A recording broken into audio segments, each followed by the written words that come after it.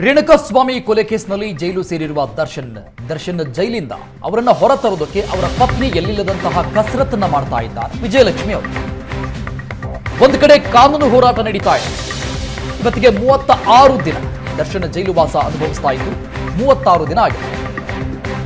ಒಂದು ಕಡೆ ಕಾನೂನು ಹೋರಾಟ ನಡೀತಾ ಇದ್ರೆ ಮತ್ತೊಂದು ಕಡೆ ದೈವದ ಮೊರೆ ಹೋಗಿದ್ದಾರೆ ಇದೀಗ ದರ್ಶನ್ ಪತ್ನಿ ವಿಜಯಲಕ್ಷ್ಮಿ. ತಮ್ಮ ಆಪ್ತರ ಜೊತೆಗೆ ಕೊಲ್ಲೂರಿಗೆ ಆಗಮಿಸಿರುವ ಪತ್ನಿ ವಿಜಯಲಕ್ಷ್ಮಿ ಪತಿಗೆ ಎದುರಾಗಿರುವಂತಹ ಸಂಕಷ್ಟ ನಿವಾರಣೆ ಆಗುವುದಕ್ಕೆ ಹೋಮ ಹವನದ ಮೊರೆ ಹೋಗಿದ್ದಾರೆ ದರ್ಶನ್ ಪತ್ನಿ ವಿಜಯಲಕ್ಷ್ಮಿ. ಇವತ್ತು ನವಚಂಡಿಕಾ ಹೋಮವನ್ನ ನಡೆಸಲಿದ್ದಾರೆ. ಕೊಲ್ಲೂರು ಮೂಕಾಂಬಿಕಾ ದೇವಸ್ಥಾನದಲ್ಲಿ ಸಂಕಲ್ಪ ಪಾರಾಯಣವನ್ನ ಮಾಡಲಿದ್ದಾರೆ. ಅವರ ಆಪ್ತರ ಜೊತೆಗೆ ಕೊಲ್ಲೂರು ಮೂಕಾಂಬಿಕಾ ದೇವಿಯ ಸನ್ನಿಧಿಗೆ ಬಂದಿದ್ದಾರೆ. ದೃಶ್ಯಗಳಲ್ಲಿ ಗಮನಿಸ್ತಾ ಇದ್ದೀವಿ. ದೇವಸ್ಥಾನದಲ್ಲಿ ವಿಜಯಲಕ್ಷ್ಮಿ ಇರುವಂತದ್ದು ಉಡುಪಿ ಜಿಲ್ಲೆಯ ಬೈಂದೂರು ತಾಲೂಕಿನ ಕೊಲ್ಲೂರು ಮೂಕಾಂಬಿಕಾ ದೇಗುಲದಲ್ಲಿ ವಿಜಯಲಕ್ಷ್ಮಿ ಈಗಾಗಲೇ ಬಂದಿದ್ದಾರೆ. ಇವತ್ತು ಹೋಮವನ್ನ ನಡೆಸಲಿದ್ದಾರೆ. ನವಚಂಡಿಕಾ ಯಾಗವನ್ನ ಮಾಡಲಿದ್ದಾರೆ. ಈ ಬಗ್ಗೆ ಇನ್ನಷ್ಟು ಡೀಟೇಲ್ಸ್ ಕೊಡ್ತಾರೆ ನಮ್ಮ ಪ್ರತಿನಿಧಿ ಶಶಿಧರ್ ದೂರವಾಣಿ ಸಂಪರ್ಕದಲ್ಲಿದ್ದಾರೆ. ಶಶಿಧರ್, ಒಂದು ಕಡೆ ಕಾನೂನು ಹೋರಾಟ ನಡೀತಾ ಇದೆ ದರ್ಶನ್ ಪ್ರಕರಣಕ್ಕೆ ಸಂಬಂಧಪಟ್ಟಂಗೆ 36 ದಿನ ಇವತ್ತಿಗೆ. ಮತ್ತೊಂದು ಕಡೆ ಅವರ ಪತ್ನಿ ಕೊಲ್ಲೂರು ಮೂಕಾಂಬಿಕಾ ದೇವಿಯ ಸನ್ನಿಧಿಗೆ ಬಂದಿದ್ದಾರೆ. ನವಚಂಡಿಕಾ ಯಾಗವನ್ನ ಮಾಡಿಸ್ತಾರಂತೆ. ಯಾವ ಕಾರಣಕ್ಕಾಗಿ ಈ ಒಂದು ಹೋಮವನ್ನ ಮಾಡಲಾಗುತ್ತೆ?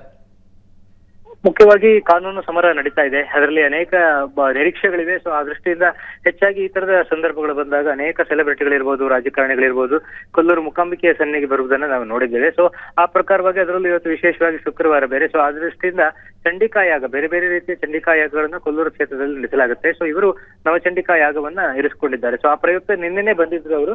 ನಿನ್ನೆ ಬಂದವರು ಕೊಲ್ಲೂರು ಕ್ಷೇತ್ರದಲ್ಲಿ ಸಂಕಲ್ಪವನ್ನ ಮಾಡಿ ಸುಮಾರು 2-3 ಗಂಟೆಗಳ ಕಾಲ ಕ್ಷೇತ್ರದಲ್ಲಿ ಕಳೆದಿದ್ದಾರೆ. ಮತ್ತು ಇವತ್ತು ಮುಂಜಾನೆ 6 ಗಂಟೆಯ ಸುಮಾರಿಗೆ ಮತ್ತೆ ಕ್ಷೇತ್ರಕ್ಕೆ ಬಂದು ಇನ್ನು ಆ ಯಾಗದ ಒಟ್ಟು ಪ್ರಕ್ರಿಯೆಗಳು ಸುಮಾರು 1-1.5 ಗಂಟೆಗಳ ಕಾಲ ನಡೆಯುವಂತಹ ಪ್ರಕ್ರಿಯೆಗಳು ನಡೆಯಬೇಕಾಗಿದೆ. ಇಲ್ಲಿಯ ನರಸಿಂಹ ಅಡಿಗರು ಪ್ರಧಾನ ಅರ್ಚಕರು ಅವರ ನೇತೃತ್ವದಲ್ಲಿ ಈ ಒಟ್ಟು ಯಾಗದ ಪ್ರಕ್ರಿಯೆಗಳು ನಡೀಲಿಕ್ಕೆ ಇರುವಂತದ್ದು. ಬಹಳ ಮುಖ್ಯವಾಗಿ ಏನಂದ್ರೆ ಕೊಲ್ಲೂರು ಕ್ಷೇತ್ರದಲ್ಲಿ ನಡೆಸುವಂತಹ ಚಂಡಿಕಾ ಯಾಗಕ್ಕೆ ಅದರದ್ದೇ ಆದ ಒಂದು ಮಹತ್ವ ಇದೆ. ಅನೇಕ ಜನರು ಅನೇಕ ಸಂಕಟದ ಕಾಲದಲ್ಲಿ ಬಂದು ದೇವರಿಗೆ ಶರಣಾದ್ದನ್ನ ನಾವು ನೋಡಿದ್ದೇವೆ. ಕೊಲ್ಲೂರು ಮೂಕಾಂಬಿಕೆಗೆ ಶರಣಾದ್ರೆ ಎಲ್ಲ ಕಷ್ಟಗಳು ಬಗೆಹರಿಯುತ್ತೆ ಚಂಡಿಕಾ ಯಾಗವನ್ನು ಕೊಟ್ರೆ ಅನ್ನುವಂತ ಒಂದು ಕಲ್ಪನೆ ಇರುವುದರಿಂದ ಸೊ ಆ ದೃಷ್ಟಿಯಿಂದ ಸಲಹೆಯ ಮೇರೆಗೆ, ವೈದಿಕರ ಸಲಹೆಯ ಮೇರೆಗೆ ವಿಜಯಲಕ್ಷ್ಮಿ ಅವರು ತಮ್ಮ ನಿಕಟವರ್ತಿಗಳು ಆತ್ಮೀಯರ ಜೊತೆಗೂಡಿ ಇಲ್ಲಿಗೆ ಬಂದಿದ್ದಾರೆ ಅನ್ನುವಂಥದ್ದು. ಸೊ ನಿನ್ನೆ ರಾತ್ರಿ ಮತ್ತು ಇವತ್ತು ಬೆಳಿಗ್ಗೆ ಇರುವಂತಹದ್ದು ಪ್ರಕ್ರಿಯೆಗಳು. ಅದರಲ್ಲೂ ಇವತ್ತು ಶುಕ್ರವಾರ ಬಹಳ ವಿಶೇಷ. ಇವತ್ತು ಚಂಡಿಕಾ ಯಾಗ ನಡೆಸುವುದಕ್ಕೆ ಸೂಕ್ತವಾದ ದಿನ ಅನ್ನುವ ದೃಷ್ಟಿಯಿಂದ ಇವತ್ತು ಈ ಯಾಗಗಳು ನಡೀತಾ ಇರುವಂತಹದ್ದು. ನವಚಂಡಿಕಾ ಯಾಗ ಬಹಳ ರಹಸ್ಯವಾಗಿ ಇಟ್ಟಿದ್ದಾರೆ. ಯಾರಿಗೂ ಯಾವುದೇ ಮಾಹಿತಿ ನೀಡಿಲ್ಲ. ಕನಿಷ್ಠ ಅದರ ನೇತೃತ್ವ ವಹಿಸಿಕೊಂಡ ವೈದಿಕರಾದ್ರೂ ಕೂಡ ಆ ಬಗ್ಗೆ ಯಾವುದೇ ಮಾಹಿತಿಯನ್ನ ಹೊರಗೆಡಗುತ್ತಾ ಇಲ್ಲ.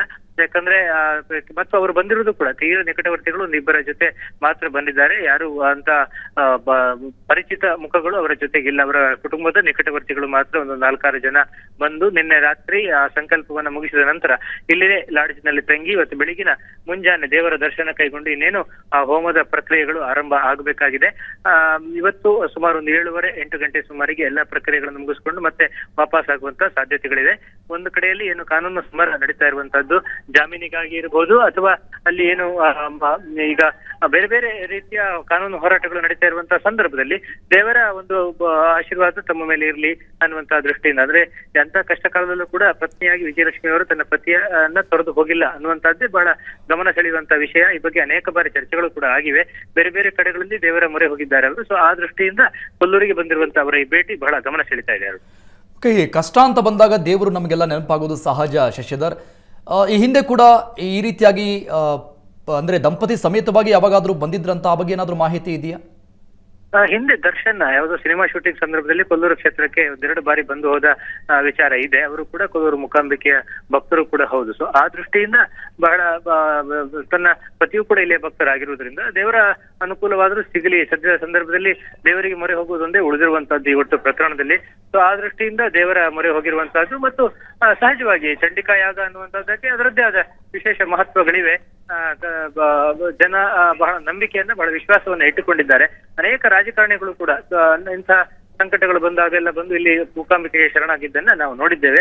ಸೊ ಅವರ ಫಲಾಫಲಗಳು ಏನಿದೆಯೋ ಅದು ಬೇರೆ ವಿಚಾರ. ಆದ್ರೆ ಭಕ್ತಿಯಿಂದ ಬಂದು ಶರಣಾಗೋದು ಬಹಳ ಮುಖ್ಯ ಅನ್ನುವಂತ ದೃಷ್ಟಿಯಿಂದ ಅವರು ವೈದಿಕರ ಸಲಹೆ ಮೇರೆಗೆ ಇಲ್ಲಿ ಬಂದಿರಬಹುದು ಅನ್ನುವಂತಹದ್ದು. ಸೊ ಆ ದೃಷ್ಟಿಯಿಂದ 2 ದಿನಗಳ ಈ ಪ್ರಕ್ರಿಯೆ ಇವತ್ತು ಸುಮಾರು 7:30 ಹೊತ್ತಿಗೆ ಪೂರ್ಣಾವತಿಯ ನಂತರ ಅವರು ವಾಪಸ್ ಆಗುವಂತ ಎಲ್ಲ ಸಾಧ್ಯತೆಗಳಿವೆ. ಥ್ಯಾಂಕ್ ಯು ಶಶಿಧರ್ ಎಲ್ಲ ಡೀಟೇಲ್ಸ್ಗೆ.